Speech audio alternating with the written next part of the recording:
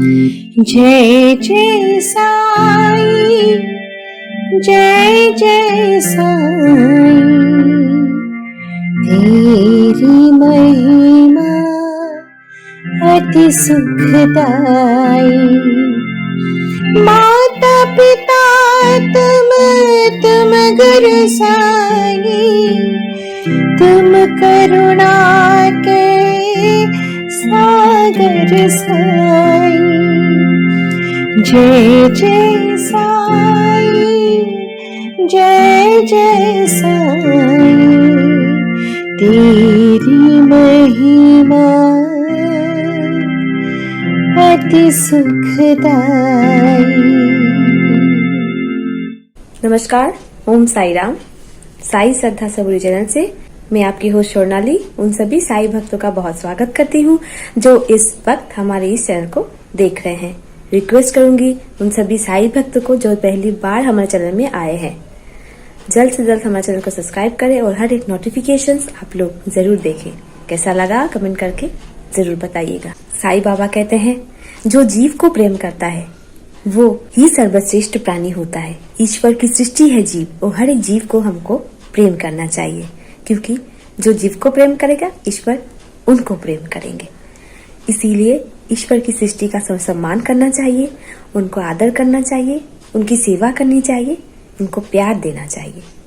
आज हमारे एक साई भक्त जिन्होंने उनके साथ हुए एक्सपीरियंस आज हमारे साई श्रद्धा सबूरी चैनल के साथ शेयर किया है। अनुरोध करती हूँ आप लोग जरूर सुनिए और कैसा लगा कमेंट करके हमको जरूर बताइए। ओम साई राम। ओम साई राम। मेरा नाम विनुता, मैं कर्नाटका से बोल रही हूँ। मैं साई बाबा के बारे में मेरा कुछ एक्सपीरियंसेस शेयर करना चाहती हूँ साई श्रद्धा सबूरी चैनल के द्वारा। मैं साई बाबा को बहुत पहले से जानती हूँ। अभी मैं एमटेक पूरी करी हूँ, लेकिन मैं बाबा का व्रत 9 गुरुवार का व्रत पहली बार जब मैं BE पढ़ रही थी तब की थी। लेकिन मुझे उसके बारे में बहुत जानकारी नहीं थी कि ये व्रत कैसे मनाया जाता है, बाबा कौन है, मुझे ये सब कुछ भी पता नहीं था। मैं सिर्फ इतना जानती थी इनका नाम साई बाबा है और ये शिरडी को बिलोंग करते हैं। इसके अलावा मुझे साई बाबा के बारे में कुछ भी नहीं पता था। तब मेरे घर में मेरे रिलेटिव, मेरा भाई, वो भी पढ़ता था। उसका सीट हमारे शहर में लगा था, इसलिए वो हमारे घर से रोज़ कॉलेज जाते आता था।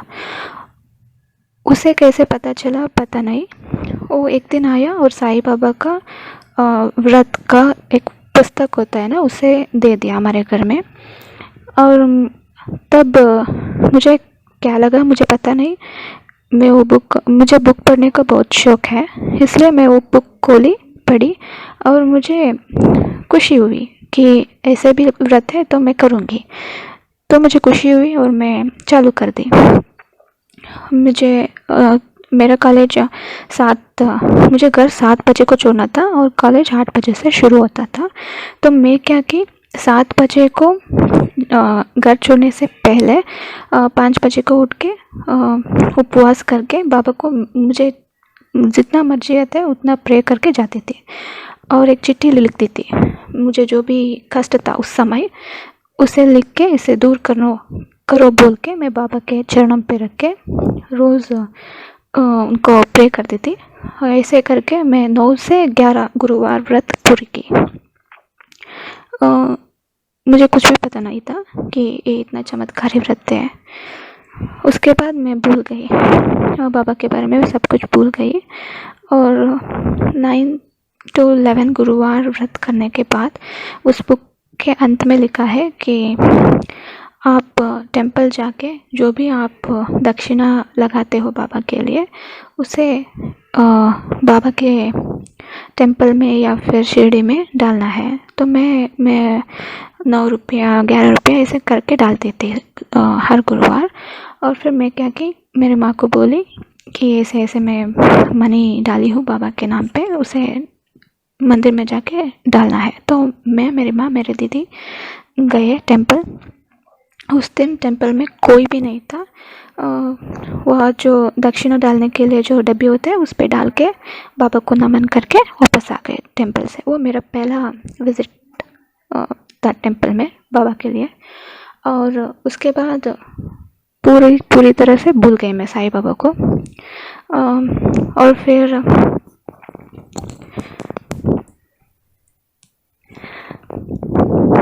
इससे पहले मुझे एक ड्रीम आया था। उसमें मुझे एक बाबा दिखे थे। उसमें मुझे ऐसा लगा कि तब वो गुरु नानक जी है। वो जैसे द्वारका माई में जो बाबा जहाँ बैठते थे ना, वैसा जगह था वो। वहाँ पे गुरु नानक जी दिखे थे और मुझे ब्लेस किया था मेरे ड्रीम में। कुछ कह के ब्लेस किया था, वो मुझे याद नहीं है अब। ये बहुत पुराना ड्रीम है। मुझे बहुत खुशी हुई जब मैं सुबह उठी, उस ड्रीम को याद की तो मुझे बहुत खुशी हुई। और ये मेरा पहला एक्सपीरियंस है। वो मुझे ब्लेस किया ना, वो गुरु नानक जी है। और जो प्लेस जिसमें बैठ के मुझे गुरु नानक जी ने ब्लेस किया वो द्वारका माई था, ये मुझे याद है, इतना था। और इसके बाद मैं कई बार टेंपल गई, साईं बाबा का द्वार 5 to 6 टाइम्स मैं गई। प्रे करके आती थी, एक रोज़ लेके जाती थी, कुछ प्रे करके आ जाती थी, इतना ही बस। और इसके बाद बहुत सारे टाइम बाबा ने बचाया है। मैं माता जी को मानती हूँ। एक टाइम मैं और मेरे दीदी मैंगलोर गए थे, मेरे एमटेक के प्रोजेक्ट वर्क के काम से हम मैंगलोर गए थे। और मैंगलोर में हमें कोई भी पता नहीं था। पहली बार मैं और मेरे दीदी दोनों लड़कियां ही गए थे। और वहाँ रुकने के लिए हमें कोई जगह भी नहीं था। हमारा लेक्चरर भेजा था वहाँ, और उसने भी कोई अरेंजमेंट्स हम दोनों के लिए भी नहीं किया था। वहाँ जाके पता चला कि हम कहाँ रुके। हम ऐसे सोच के गए थे कि आज सुबह जाएंगे और हमारा काम दोपहर तक हो जाएगा उस कॉलेज में, मंगलूर में, और शाम तक हम बस पकड़ के फिर से हमारे शहर वापस आ जाएंगे। ऐसे हम सोच के गए थे। वहाँ जाके पता चला कि आज हमारा कुछ काम होने वाला नहीं है, हमें आज वहाँ रुकना है। वो भी 1 दिन के लिए नहीं, 2-3 दिन के लिए वही रुकना है। और उसके बाद हमारा काम होने के बाद हमें वापस आना है हमारे शहर। ऐसे हुआ वहाँ जाके। और मैं, मेरे दीदी दोनों सोच में पड़ गए कि हम कहाँ रुकेंगे। हम तो उतना ज़्यादा पैसा भी लेके नहीं गए थे। और वहाँ मंगलूर में जो हम गए थे वो बहुत बड़ा कॉलेज है, NIT है। मैं मेरे दीदी एक भैया से मिले वहाँ पे, उसका नाम अरुण सागर था। उन्होंने बोला कि आपके लिए कुछ अरेंजमेंट्स के लिए मैं कुछ मदद करूँगा। और उसके मदद से हमें एक लेक्चरर का नाम पता चला और उन्होंने हमें कुछ मदद किया और हमें हॉस्टल में, गर्ल्स हॉस्टल में जगह दिलवा दिया। वहाँ जगह मिलना इतना आसान काम नहीं है, फिर भी कुछ एडजस्टमेंट्स करके हमें वह जगह मिला 1 दिन रुकने के लिए। वैसे करके हम 2 दिन रुके और फिर वापस आ रहे थे। तब बहुत बड़ी दुर्घटना होने वाले थे हमारे साथ। मैं, मेरे दीदी जो बस में आ रहे थे वो प्राइवेट बस था, मंगलूर से दावनगरे। उस बस में हम जब आ रहे थे तब हमारे बस को एक दूसरा बस लेफ्ट से आके धक्का देने वाला था। वो भी बहुत सूक्ष्म तरीके से हमें बचाया बाबा ने और मेरी माता जी ने हमें बचाया। वो पहला एक्सीडेंट से हमें बचाया उसी दिन। और आगे चले उसी बस में एक लारी आने वाला था, वो भी ज़ोर से आके हमें धक्का देने वाला था ना हमारे बस को। वो भी बहुत सूक्ष्म तरीके से हमें बचाया बाबा ने। मैं तो दिल ही दिल में सब देवता को याद कर रही थी, आज हमारे आखिरी दिन है, आप ही बचा लो, आप ही ले लो हमें, ऐसे मैं प्रार्थना कर रही थी। लेकिन बाबा और माता जी की कृपा से ऐसे कुछ नहीं हुआ। 2 बार, वो भी 10 मिनट के अंदर 2 बार हमें बचाया बाबा और हमारी माता जी ने।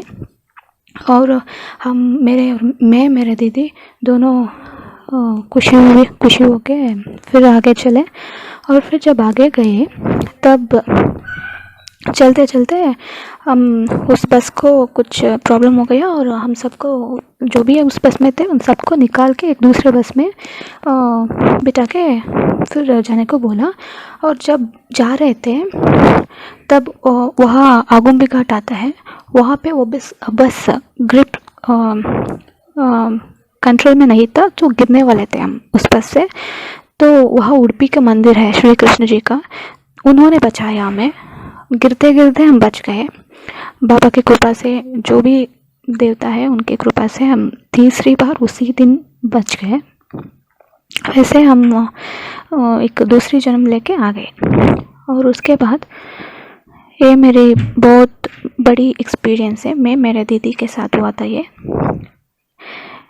और फिर बहुत सारे एक्सपीरियंसेस है। और जब मेरे पहले दीदी की शादी हुई, वो शादी भी कुछ ऐसे ही बहुत धूमधाम से किया। मेरे मम्मी और मेरे पापा, मेरे सब घर वालों ने बहुत खुशी से मनाया। लेकिन वो लोग जो मिले हमें, वो बहुत बुरे लोग थे। ऐसे कह सकते हैं कि हमारे घर को आने वाले लोगों में से वो नहीं है, बहुत बुरे। मुझे ऐसा लगता है कि वैसे बुरे लोग इस पृथ्वी में, ब्रह्मांड में कहीं भी ढूंढने पर भी नहीं मिलते, वैसे लोग मिले थे हमें। मेरे दीदी बहुत 1 साल के लिए बहुत तड़पी उधर उनके ससुराल में। और फिर आ गए, वो घर आ गए। और उन्होंने, क्यों मैं ऐसे बोल रही कि वो लोग गलत लोग हैं, क्योंकि जो भी एक इंसान को बैड हैबिट्स, जो भी नेगेटिविटी हो सकते हैं, वो सब उस इंसान के पास था। वो काला जादू करते थे, मेरे दीदी के ऊपर भी किया था। और फिर हर फुल मून और अमावस्या के दिन हमारे घर आता था, सबको कुछ ना कुछ खिला के मारना चाहता था वो लोग। उनका फैमिली फुल मिला हुआ है इस काम में। इसके बारे में हमें कुछ भी पता नहीं था, हम तो बोले बाले उन्हें मानते चल रहे थे। लेकिन 1 साल के बाद हमें कुछ ऐसा लगा कि इनके साथ तो कुछ गलत है, ये तो गलत लोग हैं। ऐसे हमें कुछ इंडिकेशंस मिले उन लोगों के बर्ताव को देखते, हमें ऐसे पता चला। और हमें दूरी बनाना शुरू कर ली। फिर अचानक मेरी मम्मी ख़राब हुई, उनके तबीयत, और हम हॉस्पिटलाइज़ किए उनको, और उनका डेथ हो गया। और अक्टूबर 1 को 2020 में उनका डेथ हो गया। और मेरी मम्मी 11 to 12 डेज़ हॉस्पिटल में रही। और उन दिनों को मैं याद भी नहीं कर सकती थी। मुझे अब उनको याद करते ऐसे लगता है कि क्या हम ही लोग थे जब तब हैंडल किया सब कुछ, कि हमको उतना शक्ति था कि उस तरह का सिचुएशन को भी हम पार कर दिया, मुझे ऐसे लगता है। और फिर मेरे मम्मी का तो जो डेथ हुआ वो नेचुरल नहीं था।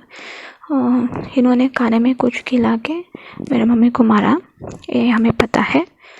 और उसके बाद हम लोगों को भी खिलाया था, हमें कुछ पता नहीं था कि हमारे अंदर भी कुछ है।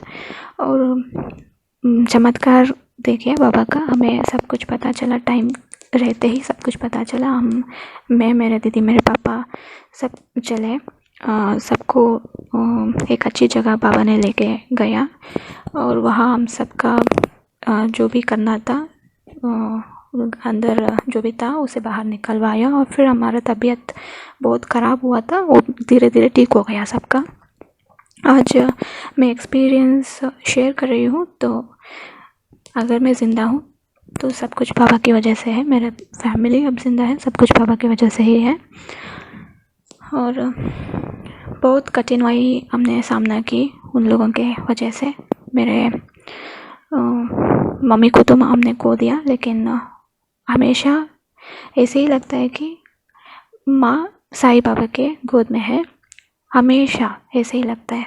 हमारे माँ कभी हमें छोड़ के नहीं गए, हमेशा मेरे साथ ही है, बाबा के साथ है। जब भी हम बाबा को याद करते हैं, मेरी माँ साईं बाबा के साथ ही हमें याद आती है, क्योंकि उनके साथ ही है वो।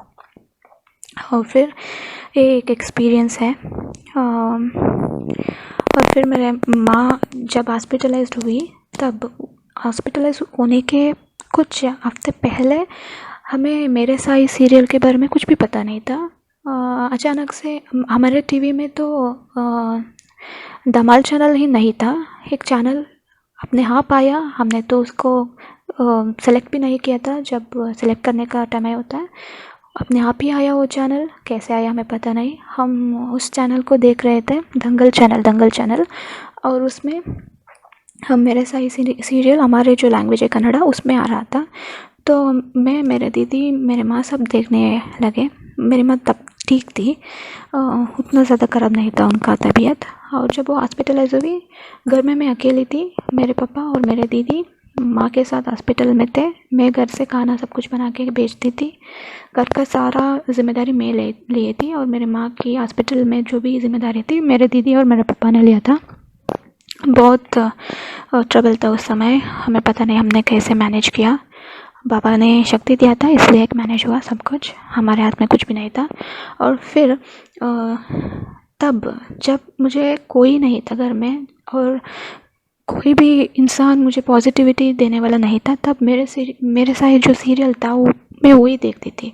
जब भी मुझे टाइम मिलता था, मैं मेरे साथ सीरियल देखती थी। मेरी दीदी भी वही देखती थी। उससे मुझे कुछ शांति मिलती थी। और फिर अक्टूबर 1 को मेरी माँ की डेथ हुई। वो तो बहुत बुरा दिन था हमारे ज़िंदगी में। और जो भी कार्य था, जो डेथ होने के बाद में करते हैं, वो सब करके आ गए घर। और फिर उसके बाद मैं जो पहले बोली, वो सब जो हमें भी खाने में जो कुछ मिलाए थे, वो सब कुछ मेरे माँ के जाने के बाद ठीक हुआ हमारा साथ। और फिर ऐसे करके बाबा हमारे साथ ही रहे मेरे। और फिर कुछ समय बीत गया। मीन्स मैं, मेरे पापा, मेरे दीदियाँ घर में थे, लेकिन यहाँ मन नहीं लग रहा था। हमेशा माँ के साथ रहते थे, लेकिन माँ के बिना सडनली रहना तो बहुत मुश्किल होता है। तब हमने हमारे गांव जाने शुरू किया। गांव जाते तो वहाँ लोग कहते थे कि देखो कैसे हो गए इन लोगों के साथ। वो सिर्फ नेगेटिविटी, सिर्फ नेगेटिव टॉक वहाँ मिलता था हमें। तो 2 महीने तक हमने वीकली ट्वाइस या फिर मंथली ट्वाइस जाते थे।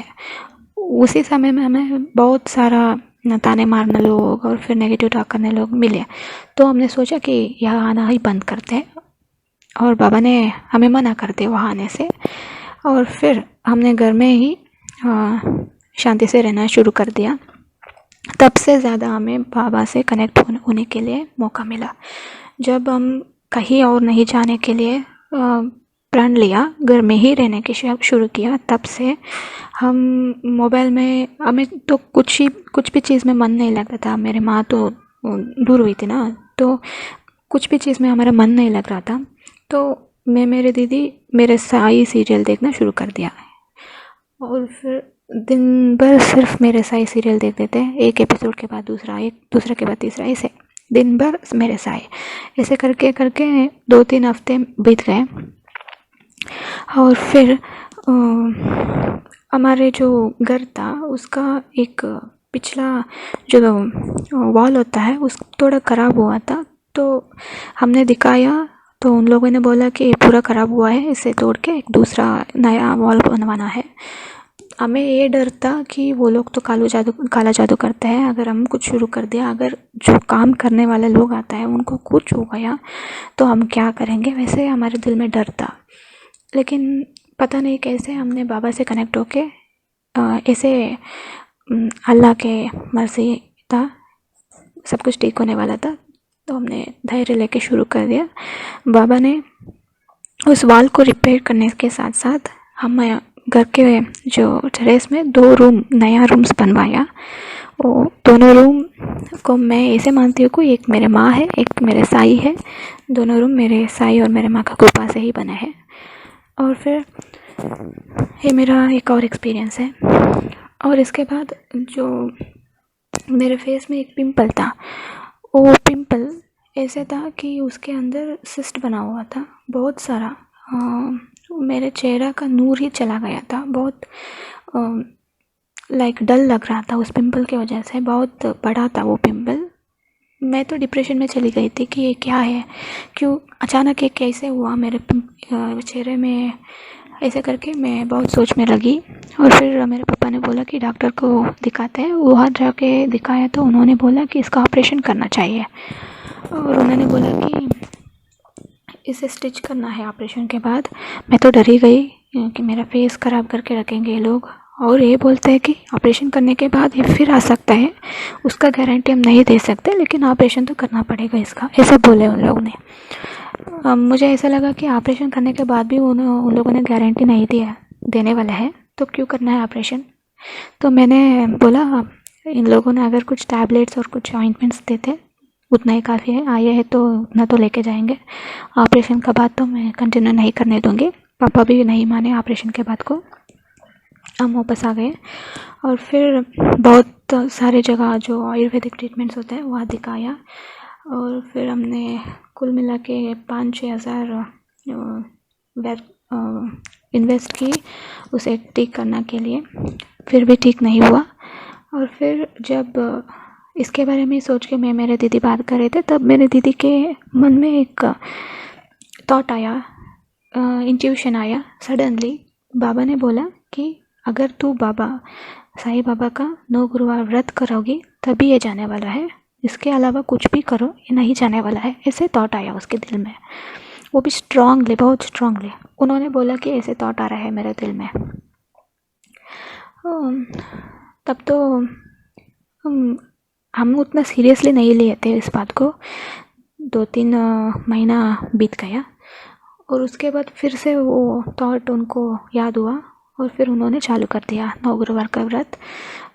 7वां गुरुवार का व्रत जब चल रहा था तब मुझे एक ड्रीम आया था। ड्रीम में मैं कुछ, वो जगह कौन सा है मुझे पता नहीं, एक कॉलेज जैसा जगह था, वहाँ मैं बैठी थी, कोई लेडी आई और मेरे कुछ दूर से, मैं जो जहाँ बैठी थी वहाँ से कुछ ही दूरी में एक धुनी माँ जो द्वारका माई में है वो चल रही थी। मैं बहुत दिल में बहुत खुश हुई कि वहाँ धुनी माँ है, और मुझे इस बात का दुख हुआ कि मुझे वहाँ जाना अलाउड नहीं है क्योंकि वहाँ बहुत भीड़ था ड्रीम में। और फिर एक लेडी अचानक से कहीं से आई और ऊदी उसके हाथ में थी, और उन्होंने मेरे माथे पे ऊदी लगा दिया और फिर चली गई। उतना ही सपना था। उसके बाद 2-3 दिन के बाद 7वां गुरुवार का व्रत थर्सडे का दिन मेरा वो अपने आप ही वो जो पिंपल था फट गया, और उसके अंदर जितना भी सिस्ट था, जो भी जमा हुआ था, वो सब बाहर आने लगा।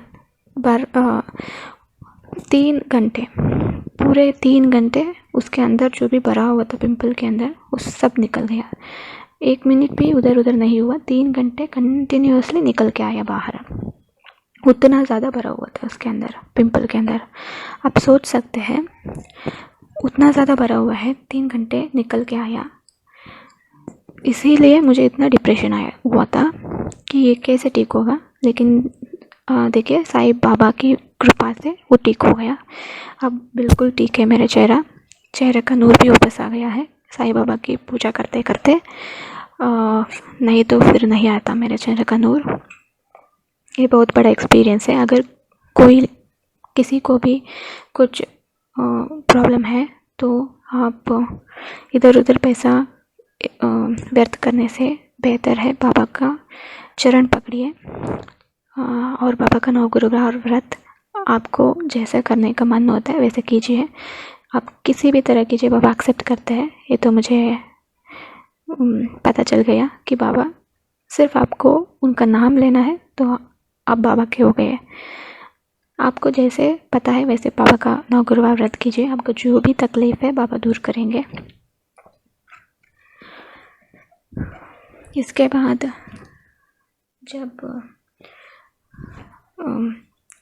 लास्ट महीने जो गुरु पूर्णिमा थी तब मुझे ऐसा लग रहा था, उसके पहले भी लग रहा था, 2-3 महीने के पहले है, गुरु पूर्णिमा के 2-3 महीने पहले ही मुझे ऐसा लग रहा था, मेरे दीदी को भी लग रहा था कि हमें साईं बाबा को वस्त्र देना है, किसी भी टेंपल में जाके बाबा को वस्त्र देना है। ऐसे हमें बहुत इच्छा थी लेकिन वो नहीं पा रहा था। मनी इश्यूज़ भी थी, क्योंकि हमने नया रूम्स बनवाया था, उसके लिए बहुत सारा पैसा खर्च हुआ था हमें। फिर भी बाबा की कृपा से इतनी सारी कठिनाई नहीं थी, लेकिन बाबा को वस्त्र देने का वो जो योग हमें नहीं मिला था। मैं मेरा दीदी ये सोच रहे थे कि कोई ना कोई गुरुवार हम बाबा की कृपा से वस्त्र परचेज़ करेंगे और बाबा के चरण में देके आएंगे। ऐसे हमने 2-3 महीने से सोच के रखा था, लेकिन वो नहीं पाया। फिर जो फ्राइडे और सैटरडे को गुरु पूर्णिमा थी, तब गुरुवार फ्राइडे सैटरडे से पहले जो गुरुवार था, तब मैं पूजा कर रही थी, बाबा का स्नान करवा रही थी, मंगल स्नान बाबा को। तब सडनली मेरे दिल में ये थॉट आया, जाओ आज मुझे कपड़ा जो वस्त्र तुम देना चाहते हो उसे लेके आओ। मुझे पता नहीं, मैं मेरे दीदी को बोली बाबा बोल रहे हैं आज वस्त्र लेके आना है। उन्होंने ऐसे ही सुना और चुप हो गए। हाँ ठीक है बोल के चुप हो गई। लेकिन मैंने बाबा से पूछा, क्या है आप सच में आप ही बोल रहे हो मेरे अंदर से? तो बाबा बोले, हाँ मैं ही बोल रहा हूँ, आज ही जाके कपड़ा लेके आना, मुझे दे के आना मेरे मंदिर में। तो मैं समझी जाने देते हैं, फिर कल जाते हैं, कल जाके लेके आते हैं। वैसे ही उस गुरुवार का शाम हो गया और फिर मैं कुछ काम कर रही थी, मेरे दिल में फिर से एक थॉट आया, आज ही जाना है, आज ही लेके आना है, आज ही को देना है। फिर मैंने बोला, बाबा आप क्यों इतना इंसिस्ट कर रहे हो? लेकिन बाबा ने बोला, नहीं आज ही जाना है, आज ही लेके आना है। मेरे अंदर से वो आवाज़ आ रहा था। और फिर मैं दीदी को बोली ऐसे कर रहे हैं। मैं बाबा से पूछी, क्यों आप इतना इंसिस्ट कर रहे हो, आज ही क्यों जाना है? मैं ऐसे बाबा से पूछी और मेरे अंदर से ये आया कि गुरु पूर्णिमा है, मैं गुरु पूर्णिमा का दिन तुम्हारा जो प्यार से तो जो वस्त्र देना चाहते हैं वो स्वीकार करने के लिए मैं तड़प रहा हूँ, लेके आना, ऐसे मैसेज आया। तब मुझे गूज़बम्स हुआ। मैं उठी, मेरे दीदी को बोली, भाग पड़े और बाबा को बोले आपको जो भी पसंद है आप ही सेलेक्ट कीजिए, हम उसे ही लेंगे। और बाबा ने बहुत सुंदर ग्रीन कलर का कपड़ा चूज़ किया, कफनी भी चूज़ किया। हम उसे लेके गए सीधा टेंपल गए। उस दिन थर्सडे था तो आरती चल रहा था। आरती के बाद हमने वहाँ जो पुजारी थे उनसे पूछे, उन्होंने बोला कि शॉल दे दीजिए। हमने एक शॉल भी खरीदा था वस्त्र के साथ, शॉल दे दीजिए। और जो बॉर्डर होता है हमने तो उसे स्टिच नहीं किया था, शॉल लेके वो बॉर्डर स्टिच करवाने के लिए वस्त्र वापस दे दिया हमें। हम वापस लेके आए घर और हमने सोचा कि ये क्या हुआ, बाबा हमारे वस्त्र नहीं पहनेंगे, ऐसे सोच के हमने आया। उसी दिन हमने उसका जो वस्त्र था उसका बॉर्डर सिलवाया और फिर भाग के फ्राइडे चले गए बाबा के पास। और हम वहाँ जाके देखते हैं, हमें शॉक हो गया, बाबा हमारा जो शॉल था वो पहन के बैठे हैं, वो भी गुरु पूर्णिमा के चालू होते ही, जो 10:30 फ्राइडे को शुरू हुआ था, तब मंगल स्नान करके हमारा जो शॉल था प्यार से हमने जो लेके गए थे वही पहन के बैठा था मेरे बाबा। तो हमें बहुत खुशी हुई, इतना खुशी हुई कि हम एक्सप्रेस नहीं कर सकते। और फिर हमने जो और एक वस्त्र लेके आए थे वो भी उनके चरण में दे के आए। इतना खुशी हुई, हमारी ज़िंदगी में इतना खुशी कभी नहीं हुई थी मुझे। मेरे दीदी, मेरे पापा सब बहुत खुश हो गए। ये एक एक्सपीरियंस था मेरे अंदर से, बाबा का जो मैसेज आया था ये पहली बार था। इसके बाद मुझे इस बात की चिंता थी, मेरे दिल में शांति नहीं थी। मुझे ऐसे लग रहा था कि हमेशा मेरे यही सवाल था, मैं कौन हूँ और मेरा लाइफ पर्पस क्या है, मैं क्या कर रही हूँ। ये बात मैं हमेशा भगवान के सामने पूछती थी, उनको तंग करती थी, आप बोलिए मैं कौन हूँ, मैं क्यों जन्म ली हूँ, मेरे लाइफ पर्पस क्या है। यही प्रश्न बोल के बाबा के या फिर जो भी भगवान है उनके सामने रखती थी, उनके चरणों में। और फिर मुझे ये थॉट हुआ कि मेडिटेशन से ये सब पता चल सकता है कि हमारा लाइफ पर्पस क्या है, हम कौन है, सब कुछ मेडिटेशन से ही आंसर मिलने वाला है। और फिर ऐसे करके मैं बाबा का सच्चरित्र जो रूपाली दीदी की चैनल साई श्रद्धा सबूरी चैनल में जो डेली पारायण होता है, तब ये जो मानना है ना कि कोई भी सच्चरित्र का पेज ओपन कीजिए तो आपका जो भी दिल का प्रश्न है उसका उत्तर मिल जाता है। तो मैं बाबा से यही प्रार्थना करती थी कि मुझे कुछ उत्तर दीजिए कि मुझे कैसे और कहाँ मिलेगा, मैं कौन हूँ, मेरा लाइफ पर्पस क्या है, उस प्रश्न का उत्तर कैसे मिलेगा। तो मैं जब भी कोई भी पेज खोलती थी तो उधर यही मिलता था का गुरु का महत्व ऐसे ही मिलता था। तो मैंने पूछा, गुरु तो दे दीजिए, आप मेरा सदगुरु तो है ही जो फिज़िकल फॉर्म में आप मुझे गाइड कर सकता है, वैसे कोई गुरु मुझे नहीं है, आप गुरु दे दीजिए मुझे। ऐसे मैं उनको रोज़ बोलती थी। और उसके बाद मोबाइल चेक करती थी तो मुझे पीएमसी चैनल का लिंक मिला और मैं पीएमसी चैनल देखना शुरू कर दी। और उधर देखती हूँ, वो भी साईं बाबा की कृपा से ही मिला मुझे पीएमसी चैनल का लिंक, क्योंकि मैं रोज़ बाबा को तंग करती थी, मुझे दीजिए गुरु दीजिए, ऐसे करके मैं बाबा को हमेशा बोलती थी। तो उन्होंने पीएमसी चैनल का लिंक भेज दिया मुझे उस चैनल के बारे में कुछ भी ABCD भी पता नहीं था, तो बाबा ने दे दिया। तो मैंने उस चैनल को देखना शुरू कर दिया। वहाँ बहुत सारे लोग ने उनका एक्सपीरियंस ये शेयर किया था कि मेडिटेशन में मुझे मेरा लाइफ पर्पस का जो था, मेरा लाइफ पर्पस वो मिल गया, मैं जान गई मेरा लाइफ पर्पस। बहुत सारे लोगों ने यही बात बोला था। तो मुझे इतना खुशी हुआ कि बाबा ने मेरा सुन लिया और मुझे इस चैनल का लिंक दिया। तो मैं बाबा को थैंक्स करके आई। और फिर से एक बड़ी इच्छा जगी मेरे दिल में कि मुझे पीएमसी चैनल जाना है, नहीं मुझे पीएमसी जो मेडिटेशन सेंटर्स होते हैं वहाँ जाना है, पिरामिड सेंटर। बाबा से ये पूछना शुरू कर दी मैं, मुझे पिरामिड सेंटर जाना है, मेडिटेशन करना है, मुझे भी जानना है मेरा लाइफ पर्पस। तो मैंने पीएमसी चैनल में जो भी नंबर्स मिलता है, हमारे शहर के जो भी नंबर्स मिलता है उनको कॉल किया और कॉल करके मैंने जानकारी लेना शुरू कर दी कि हमारे शहर में कहाँ है पीएमसी सेंटर। और फिर 2 दिन में कॉल की, मुझे इंफॉर्मेशन नहीं मिला। तो मैं फिर से बाबा के टेंपल गई। मैं, मेरे दीदी, मेरे पापा और मेरे आंटी जी आई थी, उनके साथ मैंने बाबा के टेंपल गई और बाबा से पूछा कि मुझे पीएमसी सेंटर ऐसे मिलना, जो मेडिटेशन के पिरामिड सेंटर होता है, मेरे घर के पास ही मिलना है। मुझे अच्छा गुरु चाहिए, आपकी कृपा से ही चाहिए।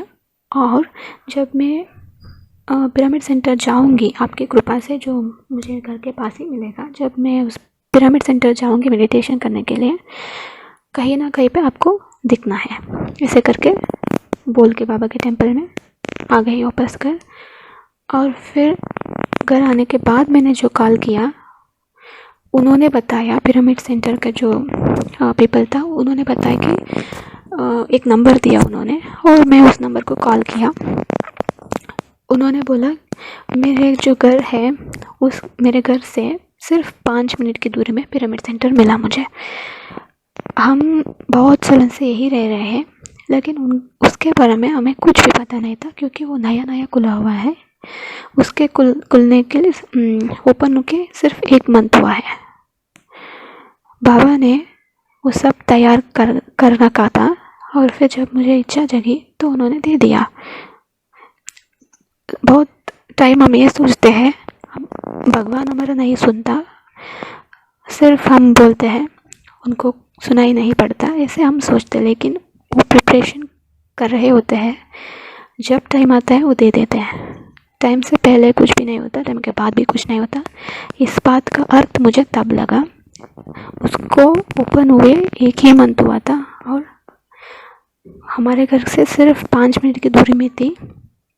और जब मैं पिरामिड सेंटर के बारे में जानी, मेरे घर के पास ही है, मुझे इतना खुशी हुई, मैं बहुत खुश हो गई। और फिर जब जाने वाले थे तब हम मंदिर जाके, माता जी की मंदिर है मेरे घर के पास ही, उनके मंदिर जाके जाने वाले थे पिरामिड सेंटर को।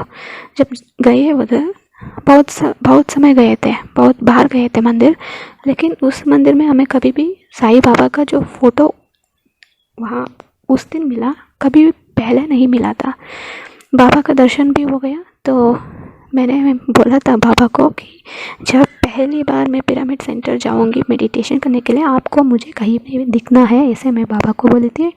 उस छोटी सी इच्छा को भी उन्होंने पूरा कर लिया।